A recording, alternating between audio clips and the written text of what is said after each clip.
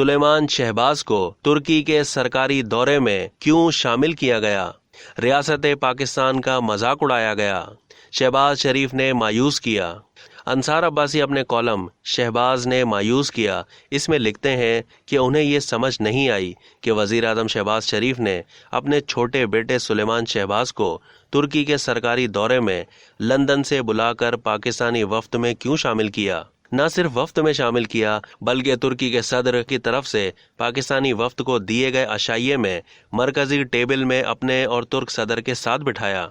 मामला ये नहीं कि वज़ीर आज़म अपने बेटे को दौरे पर हमरा क्यों ले गए और क्यों मरकजी टेबल पर साथ बिठाया।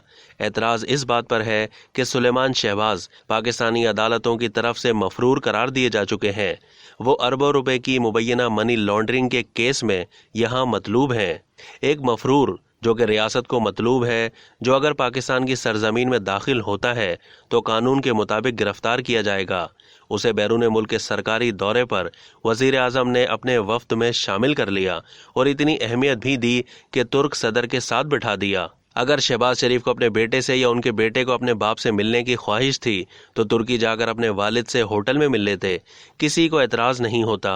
लेकिन सरकारी वफ्द में शामिल करना ऐसा ही है जैसे रियासत पाकिस्तान का मजाक उड़ाया जा रहा हो। इस मामले में शहबाज शरीफ ने यकीनन बहुत सौ को मायूस किया।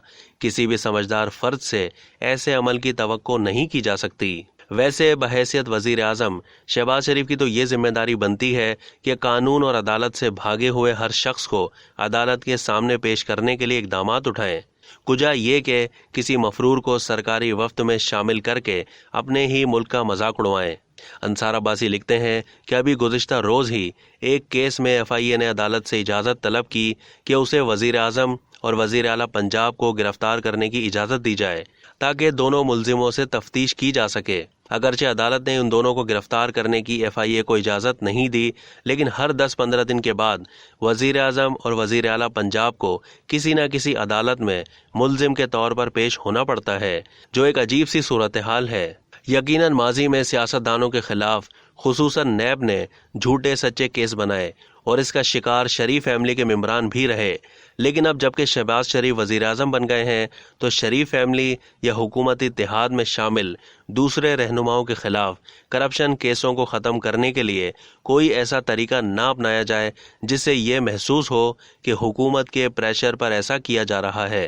अंसार अब्बासी लिखते हैं कि अच्छी शोहरत के मालिक रिटायर्ड जजों और पुलिस अफसरों पर मुश्तमिल कमीशन बनाया जाए ताकि ये शायबा भी ना हो कि मौजूदा वज़ीर आज़म और हुकूमती इत्तेहाद के दूसरे रहनुमा मिल मिलाकर अपने अपने करप्शन केस ख़त्म करवा रहे हैं।